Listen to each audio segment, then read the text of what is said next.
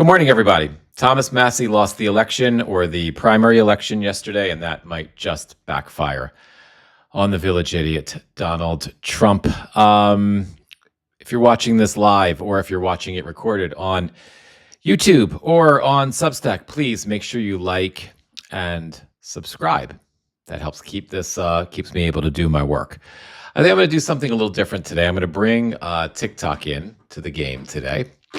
And we'll see if we have anybody on TikTok who wants to argue about things, because sometimes they like that. Hang on, let me just turn on my multi-guest option here on TikTok. You guys can just bear with me for a moment.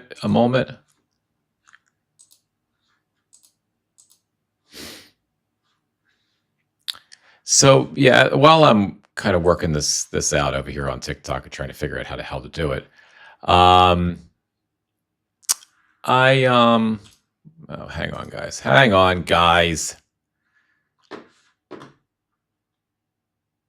just want to turn on this multi-guest option on TikTok.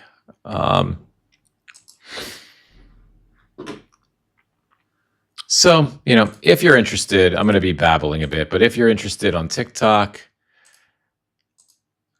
I have the invite up. At least I think I do. I don't really know how this freaking thing works. We're going to be talking about Thomas Massie today. I can invite up to 8 guests.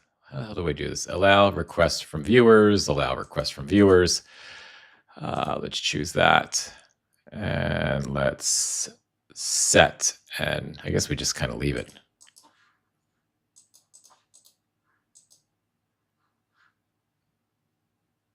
Okay. All right. I think it's on. If it's on, if I see any requests from viewers, I'll bring you up. I mean, if not, it's okay. I'm happy to debate this with anyone. So Thomas Massie lost yesterday, right? We all know this, and this is it sucks. I never thought I would see the day that me, of all people, would be talking about Thomas Massie losing an election and caring. If you're not familiar, Thomas Massie is a libertarian, an ultra-conservative. He voted with the village idiot Donald Trump like 90% of the time, if not more. He's not my type of politician, but he's in Kentucky. But Thomas Massie was on the right side of history with a few key issues. One, he was just generally on the right side of history because he wasn't a part of the MAGA cult. And that is important. It's rare that you have a Republican politician who is an actual ideological conservative who hasn't been at least, ideologically brainwashed to be part of the MAGA cult, or doesn't pretend to be ideologically brainwashed to be part of the MAGA cult. That doesn't happen very often. So that's a thing, right? And Massie was on the right side of history when it came to the Epstein files. Thomas Massie and Ro Khanna, his counterpart in the Democratic Party, they really were, they had support from basically the entire Democratic caucus in the House of Representatives, and they had support from, in the Republican side, Nancy Mace and Lauren Boebert, and at the time, Marjorie Taylor Greene, Anna Paulina. So there were some extreme Trump sycophants who took issue with the cover-up of the Epstein files, and they supported Massie, and Trump is still mad at them. He's mad at Massie. He wants to, he got rid of Massie, he thinks, but I'm not sure that that's all done, and I'm not sure that's not going to backfire on him, and I'll get to that in a second.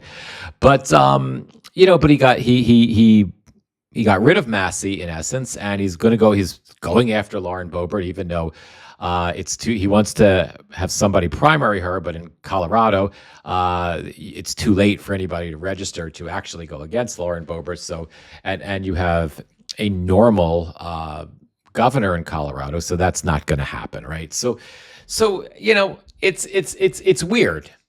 It's weird, this political moment. Oh, and Massie was also on the common sense part of history that the MAGA community argued that it was something they believed in. right? They argued that they believed in no new wars, right? That's what they told us. And if there are any folks from that community, I welcome your thoughts on this, right? How this is suddenly okay, right? Because we're in our second war since the village idiot Donald Trump was elected, and we're heading toward a third, right? There was Venezuela, we're now in Iran, and there's been plenty of reporting that the village idiot Donald Trump is after he finishes screwing up what's going on in Iran, and then once the Iranians are done playing around with him and they finally release him from this war that he's so desperately ceasefire that he's so desperately trying to get himself out of, then maybe, just maybe, he then goes and invades Cuba, because there has been ample reporting that is something that he wants to do. There was reporting yesterday on NBC News, I think it was, that Raul Castro was going to be indicted today. That was the same playbook that they used in Venezuela to indict. They indicted Maduro, then they sent the military in to get Maduro, and they got Maduro and his wife. So we're going to see the same thing happen in Cuba. I wouldn't think we wouldn't, right? I mean, who knows, right? We have to wait and see, but I wouldn't think we wouldn't. But time will tell, right? But irrespective, I'm not talking about that. I'm talking about Thomas Massie, right? So irrespective, the idiot got mad at Massie because Massie didn't support him through when it came to the Epstein files. The idiot did not like that. I have to be careful how I speak because I'm on TikTok right now, so I have to use TikTok language.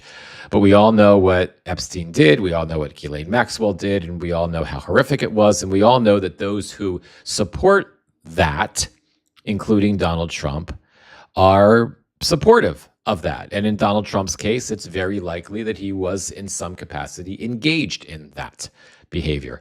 So, so Massie, he didn't like that. That was a direct problem for him. And Massie was a problem for him. Massie also stood up against the war in Iran, stood up against the nonsensical invasion of Venezuela. So the village idiot lashed out. He got mad. He freaked out, right?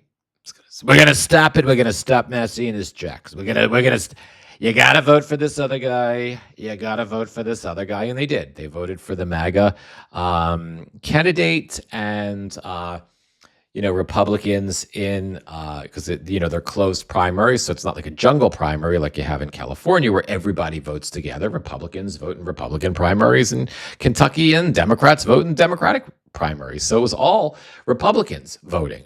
And I'm sure it was predominantly disenfranchised, frustrated MAGA Republicans that showed up to vote. I'm sure, common sense Republicans chose not to. I'm sure they probably sat that one out because they didn't show up for Massie, and they would have.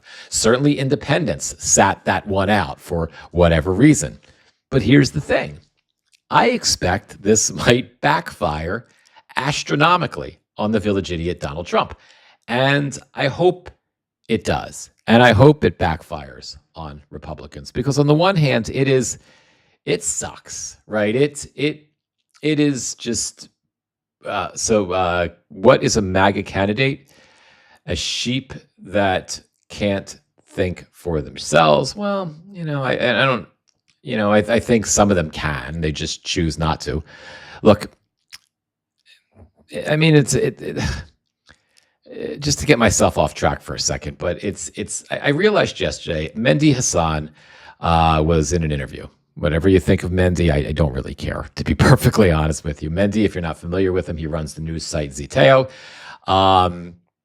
And he was being interviewed. I can't remember the name of the guy who interviewed him. And I just seen a clip of it. It might have been on TikTok. It might have been on IG. I don't know where it was. And Mehdi was basically asked by the interviewer, is Trumpism a cult?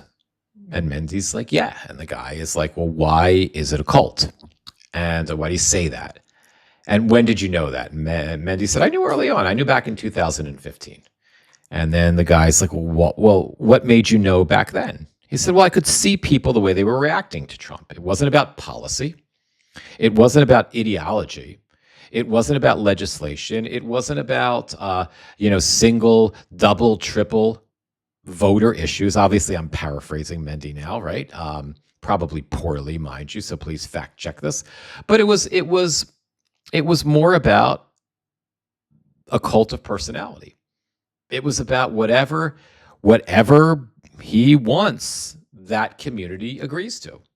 If Trump tells them he's against war and there'll be no wars, right? The MAGA community says we're against war. There's no new wars. If Trump then starts a war and tells them, well, we have a war now. This war is good. You should be paying a lot of money for your gas because this war is good. Then they're like, okay, this war is good. We like this war, right?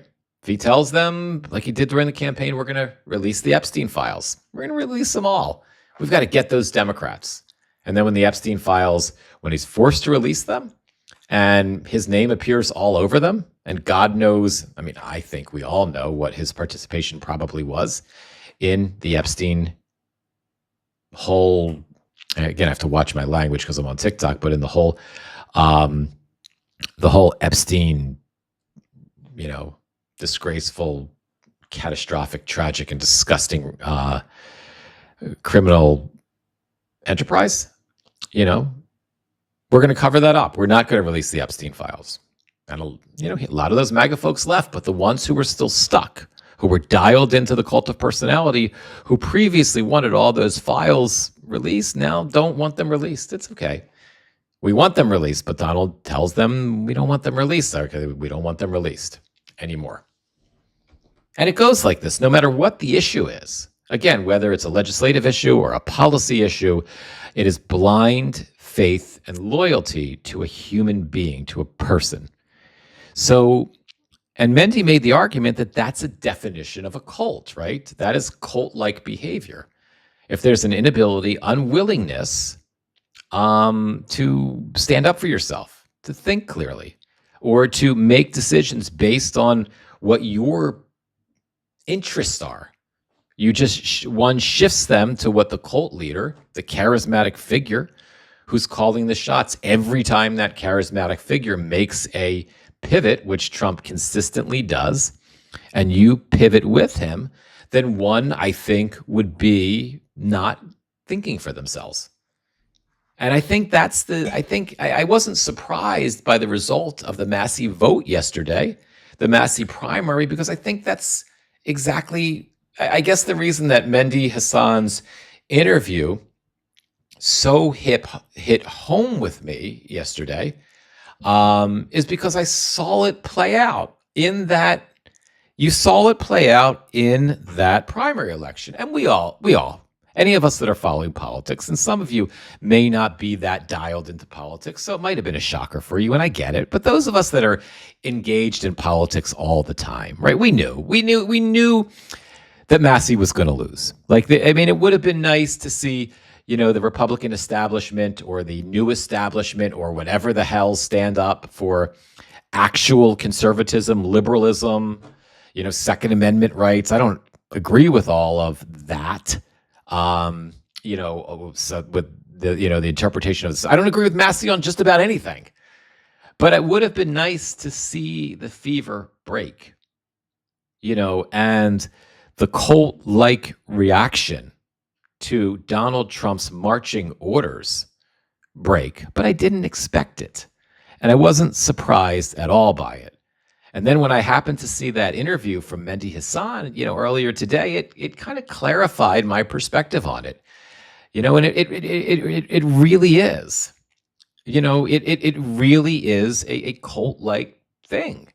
And I don't think it's forever. I don't think it's permanent. I think people are being harmed, but even people who truly, truly believe, follow anything Donald Trump tells them, right? But they're being harmed by they may say that, it's worth it to pay $4.65 a gallon for gas because we're going to be protected from a nuclear, Iran having a nuclear weapon. It's worth it, right? They may say that, but they're still not billionaires like the village idiot Donald Trump, right? They're still suffering like all the rest of us are, and they're still feeling it. And they still know that it's not Biden's fault that their gas is so high, right? They know it. So I think over time, that weighs on people, And I think many of them have left Trump's space and they're kind of politically homeless right now because they're not ready to embrace me, right? They're not ready to embrace a liberal and they're not ready to embrace the Democratic Party, but they've walked away and many will before the midterms because the pain is just real no matter.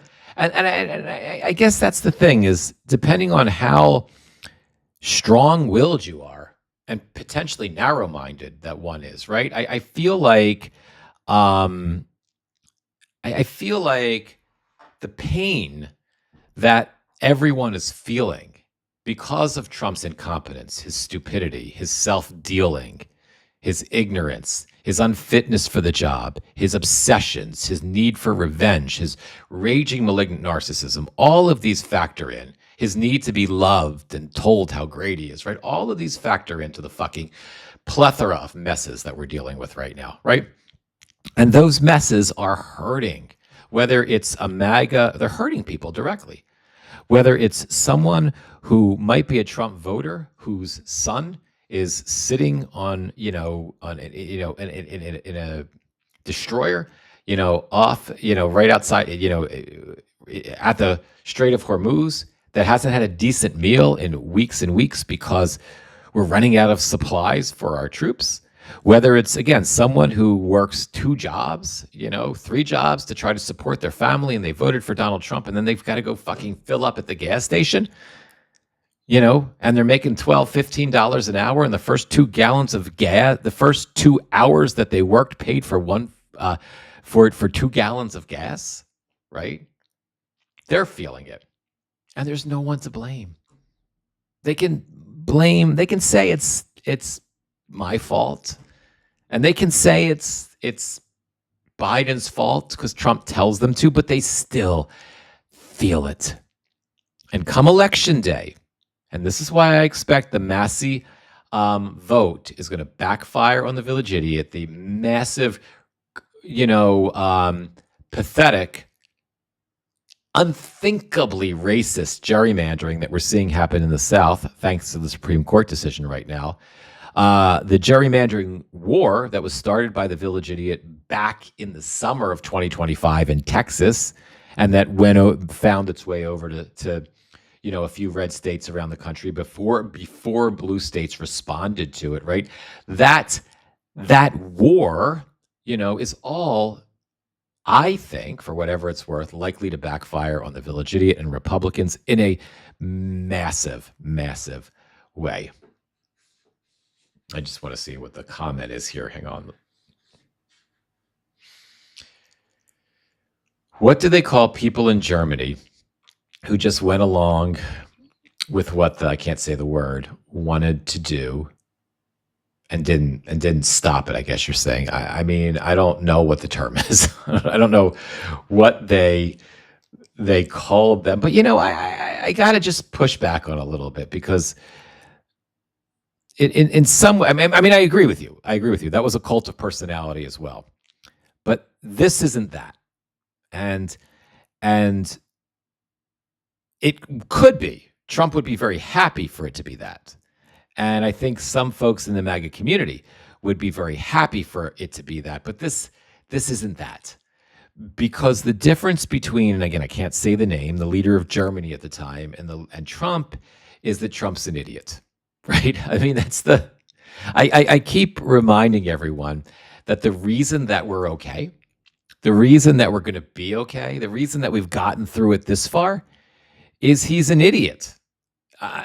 And I'm not saying it to just make fun of.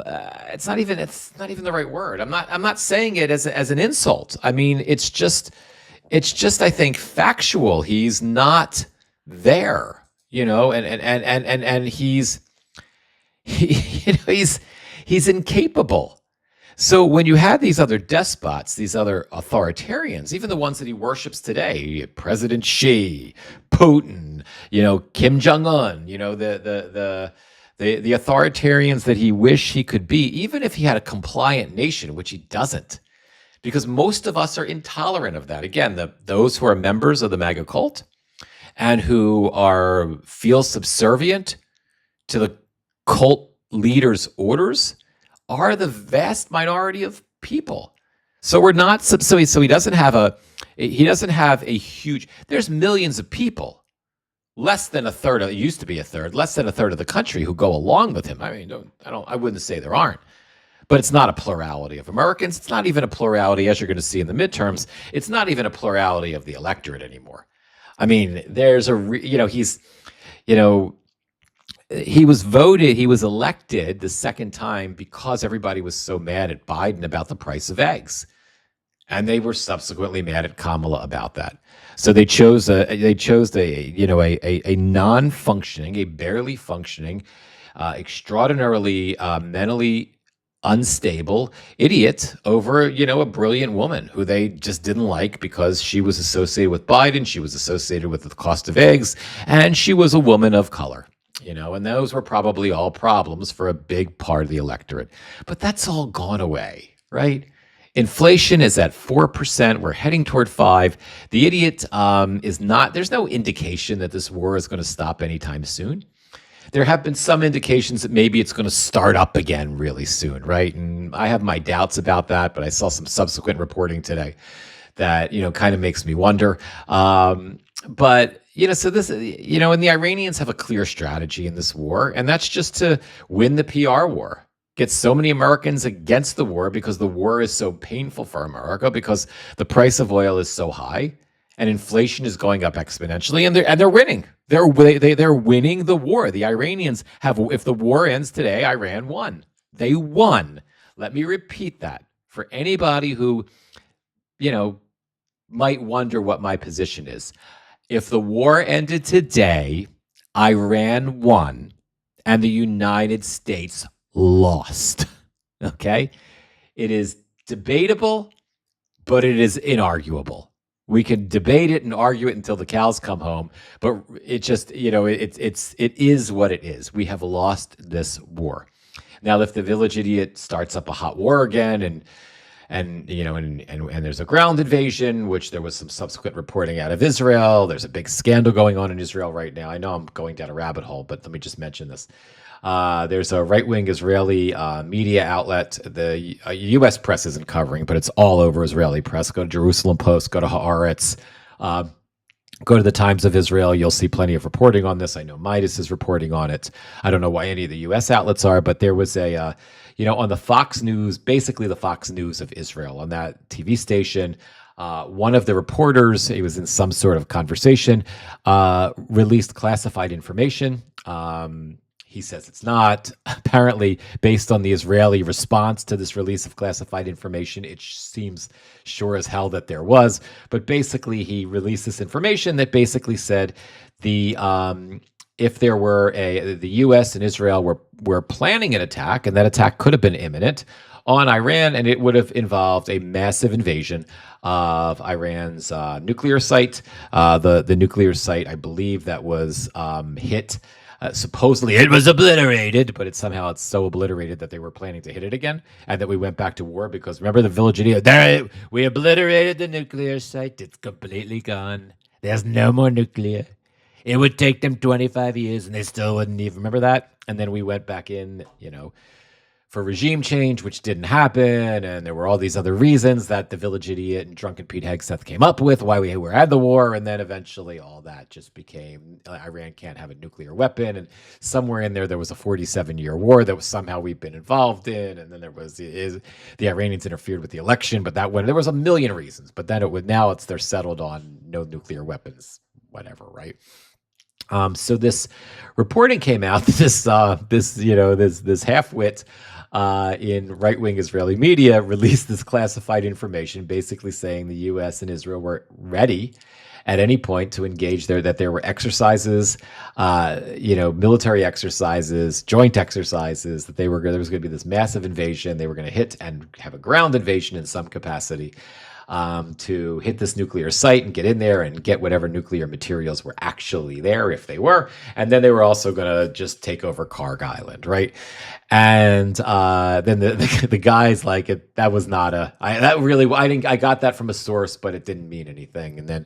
But apparently it didn't mean anything such to the point that the Knesset, the Israeli government, called an emergency meeting. There was like a 6-hour Knesset meeting at the Knesset to talk about this leak. And again, if you go onto Israeli media, it's shameful. It's ridiculous. I don't want to say shameful because that's not the right word, especially when the press here is being called the enemy of the people and fake news by the idiot in the White House. But it is ridiculous and lazy journalistically, the fact that U.S. media outlets aren't covering this because it's all over the place in Israel.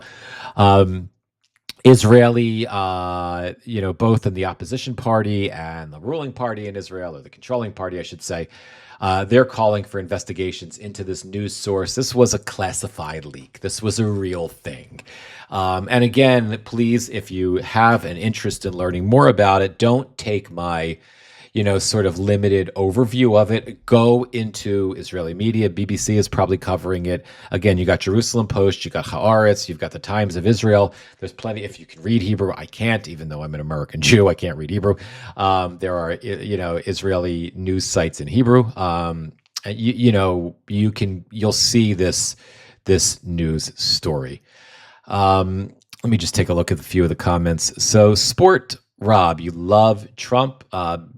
Tell us why. You know what? If I could, oh man, I cannot. Let me see if I can figure this out. Let me just take another moment. See if I can, because I do want to set this up so that I can, invite folks up to discuss stuff. But I've never done it on TikTok Live. So, and I don't know how. And I don't want to waste everyone's time trying to figure this out. You know what we'll do? I'm not going to do this now because I don't know how. and we're sort of covering the news across the board. Well, not across the board, but I will set up a separate TikTok Live where I don't bring all of the communities in just so I can figure out how to do this. We'll save that for another day because I do want to start kind of getting into the debate space. It's something I want to do to sort of grow my community, and it's just something, I don't know, something I want to do. Doesn't seem like a bad idea with the midterms coming up. So I will figure this out. Anyway, back to, so that there was that little side note about Israeli, what happened in Israel with that thing that the U.S. media isn't covering. But working my way back to where I started, because I went down that rabbit hole, working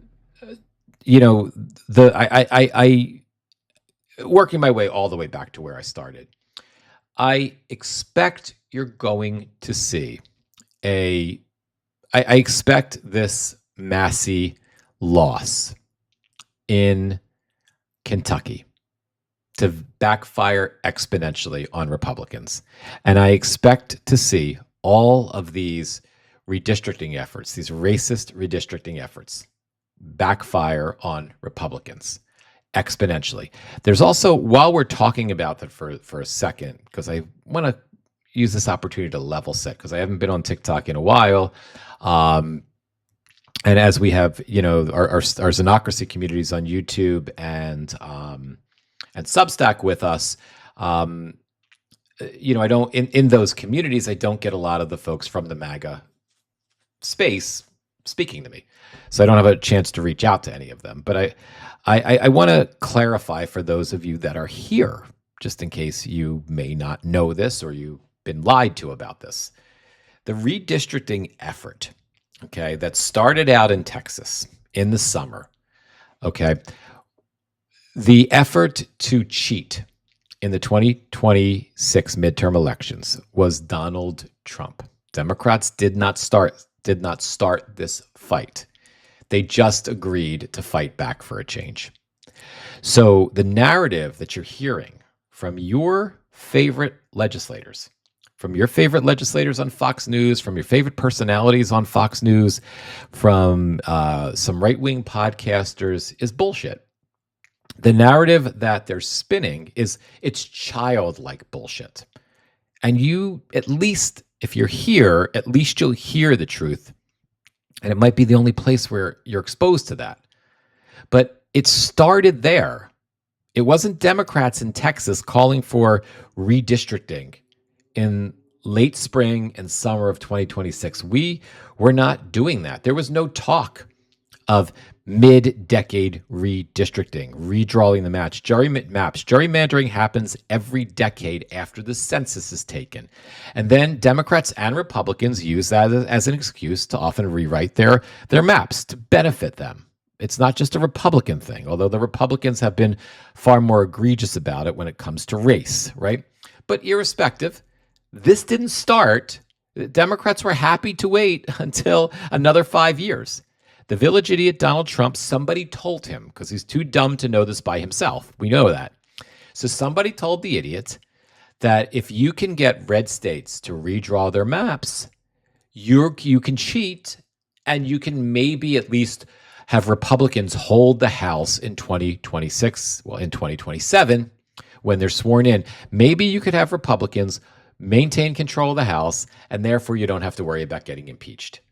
And if somehow they can win the Senate, which you can't gerrymander the Senate because they're statewide races, but if somehow they can hold the Senate, you'll still have ultimate power. Nobody will push back on you. You'll have power and loyalty from Republican cowards in the Senate and the House, right? Somebody got that message over to the idiot, and as dense as he is, he was able to process that because it's simple and it benefits him, right? So most complicated things he can't understand, right? Because he's really not there. But something like that, if we get, all right, well, I'll get all of the counties, I'll get them all the districts, right? All of them in Texas, they're going to get it. They're going to be fantastic. So he called on Texas. He called on Governor Abbott. And Governor Abbott doesn't exist as a governor. He's basically an avatar for Donald Trump. He is the sheep that you Republicans will often accuse Democrats of being. He is the coward who can't think for himself. He does what he's told by his MAGA overlord. Again, that's objective. I mean, calling him a MAGA overlord is subjective. But, if you just parse out the raw data of Democratic governors who have been ordered to do things by Democratic presidents over generations, and you compare that, right, to Republicans, especially now in the era of Trump, who have Republican governors who have been ordered by the president to do stuff, it's not even close. You can project on us that we are the sheep, but it's just not a real thing, right? So that's not a thing. Right? But irrespective, that's where it started. And Governor Abbott immediately gave in to the village idiot Donald Trump. And maybe Abbott wanted to do it too. Irrespective, he did it. The supermajority Republican legislature in Texas voted to redraw the maps, and they redrew the maps. They added what they thought were going to be 4 or 5 guaranteed red seats for them in the 2026 midterm elections, except they didn't count on, because they don't know what they're doing and because they're responding quickly without thinking through, without strategizing to an imbecile in the White House who doesn't know what he's doing. They never realized that with Latino voters, they're polling between 21 and 28% regularly. And then if they break these districts up in Texas, they need those Latino voters because what they're initially doing in order to try to guarantee to get rid of blue districts, they have to create a whole bunch of purple districts, right? Where if the Latino voters don't stick with the idiot's sycophant, the MAGA sycophant in 2026 will lose because there'll be enough independent, Democratic, and it doesn't matter what party they belong to, but Latino voters, if you're polling at 21%, and that you need that demographic of that 21% to vote for you, you're shit out of luck, right? But that's where it started.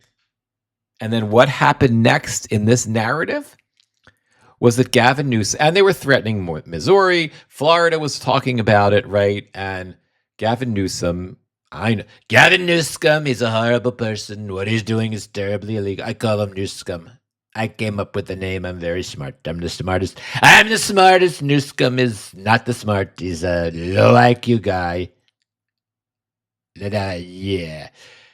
So Newsom said, no, it's enough. It's enough of Democrats just playing it safe.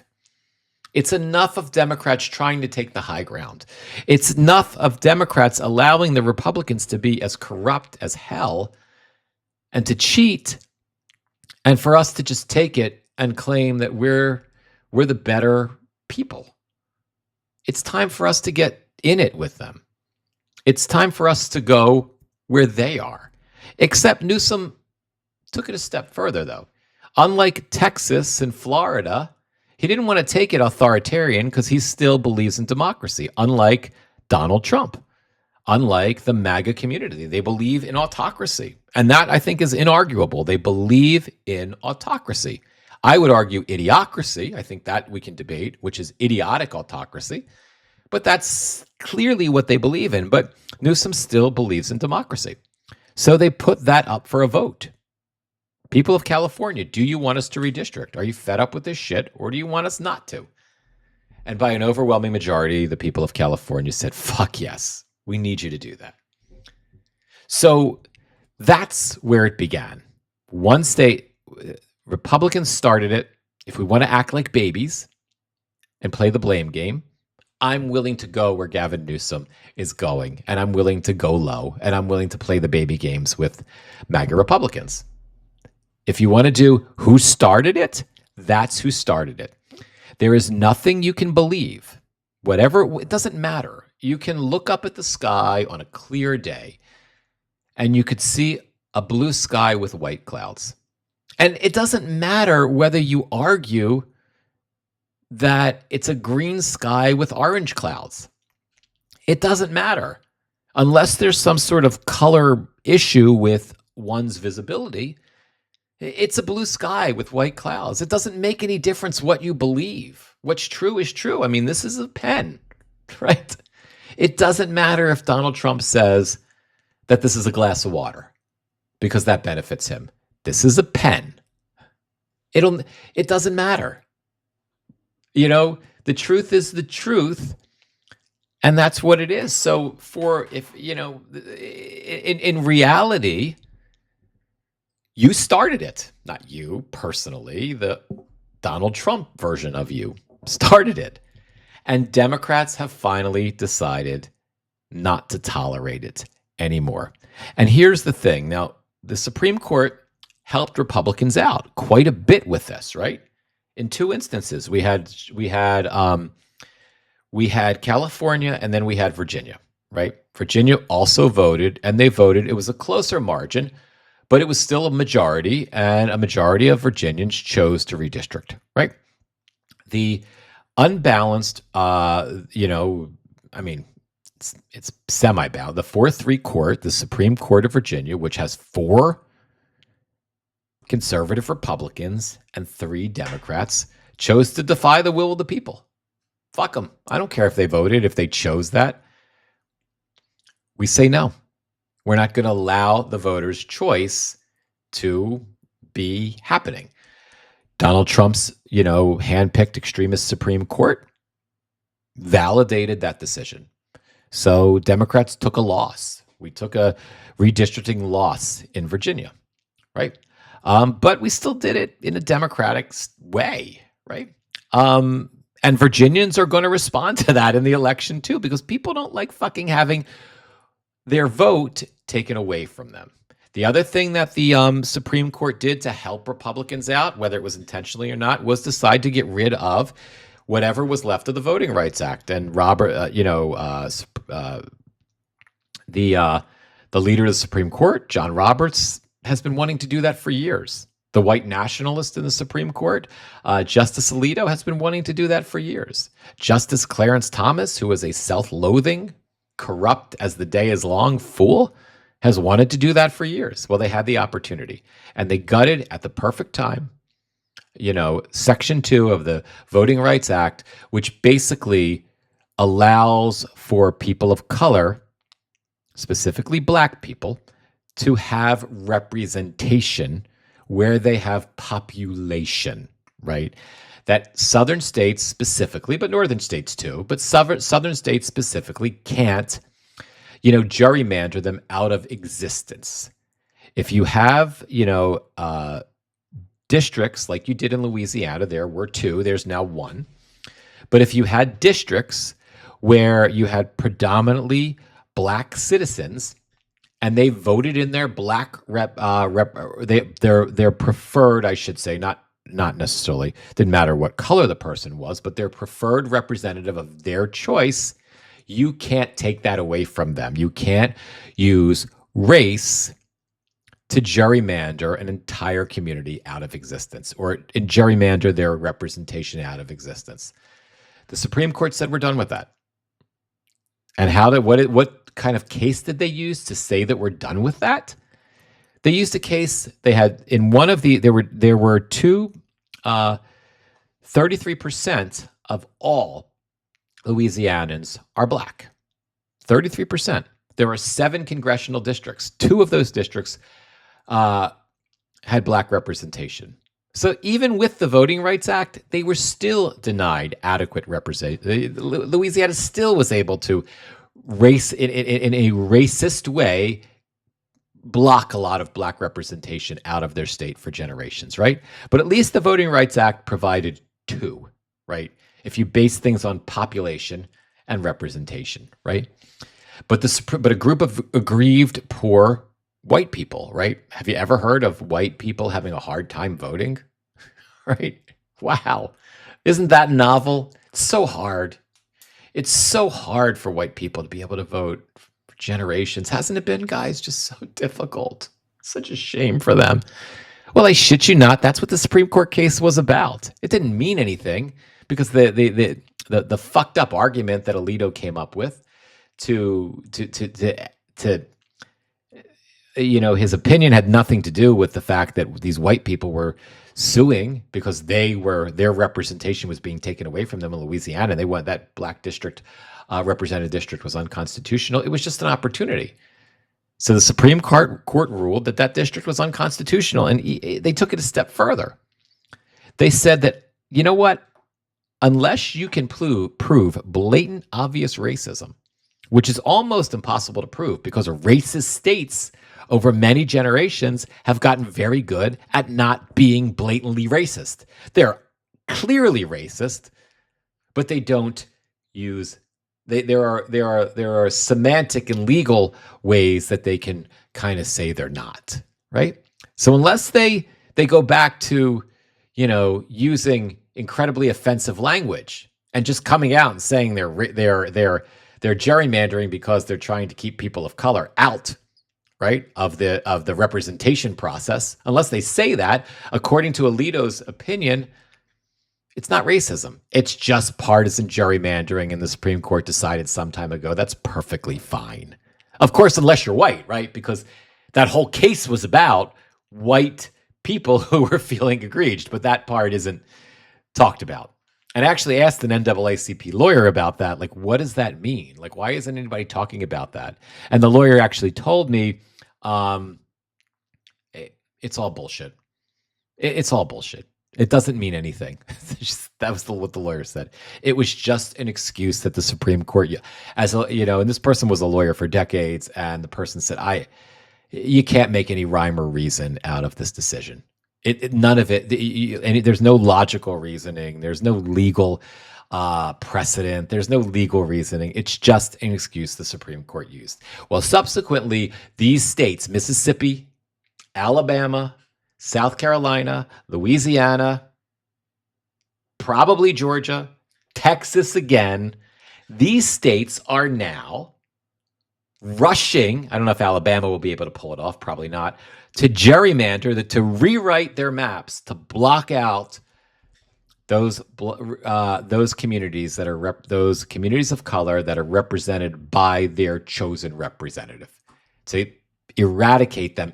And in Louisiana's case, and some of the other states as well, They're not only doing this, they're doing this after the election started. They're just can't. Jeff Landry, the amazingly, transparently racist creep governor of Louisiana, basically just canceled the election. It was so cute. He's so adorable, Jeff Landry, right? What an adorable little racist he is, right?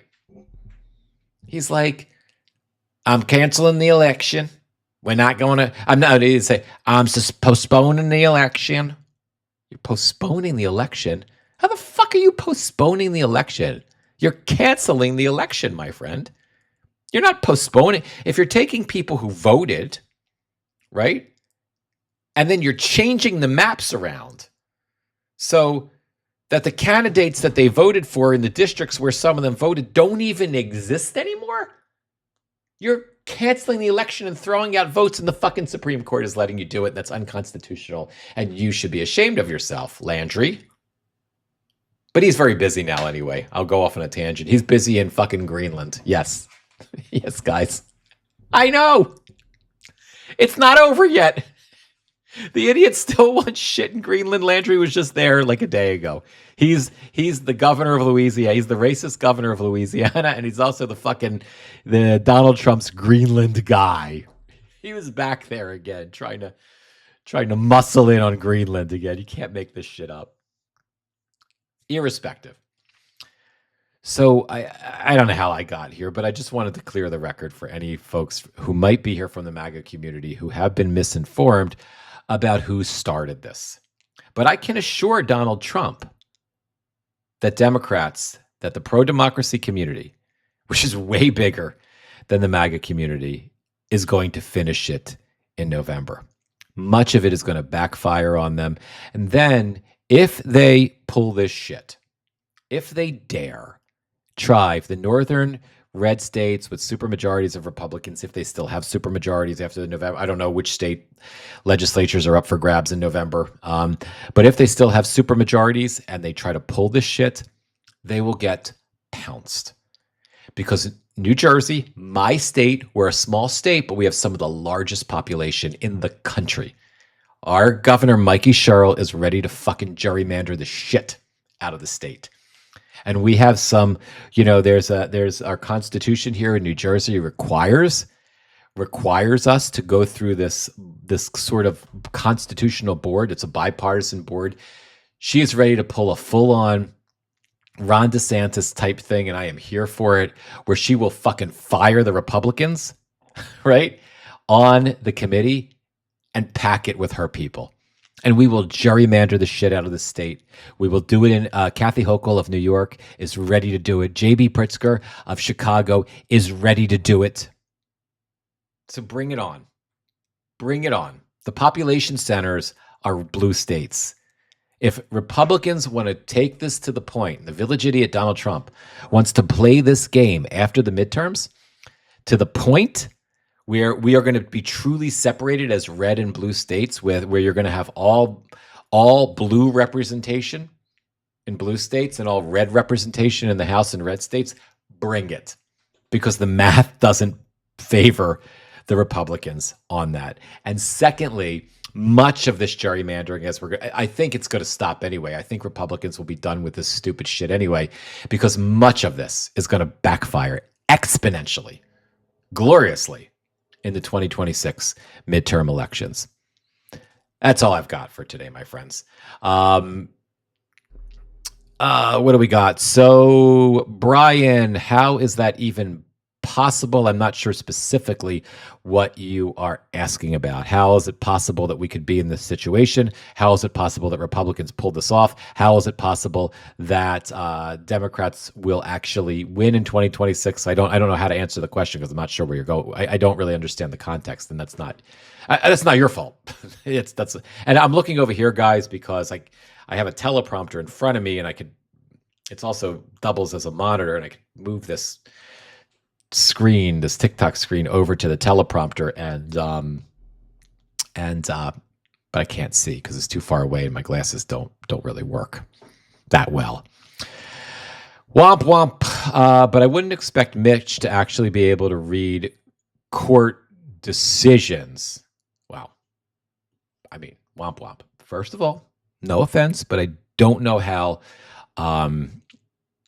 I don't know, and I really don't know how well versed you are in reading court decisions. The best I can tell you, right, is that I read, although, you know, I don't know if this would count as a court decision, but I read Alito's opinion in its entirety on the Calais decision, the decision that brought us to this point.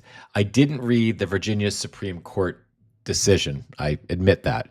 I counted on, my primary source of reporting for a lot of these court decisions is Democracy Docket. I would highly recommend Womp Womp you subscribe to their newsletter. Mark Elias is the constitutional lawyer at Democracy Docket who runs, both the newsroom and the actual firm. But there is really credible and effective information. When it comes to SCOTUS too, when I don't read a SCOTUS decision, which I don't read them. I don't have time and I'm just not that interested. But some of the pressing opinions and dissents I like to read, but I rely on SCOTUS blog. Another one I would recommend for you, Womp Womp. The best I could do with that. Sorry, Womp Womp. I can't go any better. Trump is all projection, 100%. I could not agree with you more. More real thought in 2026. I'm not sure what you're saying, B. You're saying God bless. I mean, I wish you the same. I wish you to be blessed also. Never hurts any of us. Would love to see. Oh, thank you, Abigail. How are you? I haven't seen you in a while. It's good to see you, Abigail. Hey, Dailies. Dailies. What is your name there? Daily Hells. That's bold. I just want to take a quick look. Before we wrap up, I just want to hop onto the Substack live chat. Guys, I'm so sorry. I should have brought the live up a little bit earlier on Substack. I can't. Substack has this weirdness where you can't actually see previous mentions in the chat. So I can't see what you guys said. My apologies. Anyway, guys, on that note, I think I'm going to wrap the live. If you're here live or if you're here for the recorded stream, please, if you're here on TikTok, certainly please follow me. It helps build the community up. If you're here on Substack or YouTube, please like and subscribe. If you're here on Substack, please consider a paid subscription if it's something that is comfortable for you and if this is meaningful enough for you. It's what really helps me continue to do my work. I love you guys. Oh, I wish you the best too. Is that Brian or Bren? Bren. Wish you the best, Bren. Oh, Abigail, you're Beth. I should know that. I know that. I do. I forgot it, but I do know that because we've discussed this before. Anyway, I love you guys. 1 minute at a time, 1 hour at a time, 1 day at a time, one live at a time. That's how we get through this. We just chunk through it. The dog is here. She's noticing that the live is over. That's how we work our way through this. I know it's a fucking slog. It's a marathon. It's like slogging through a pile of shit every day. It's just a shit marathon until we get through this administration. But we will.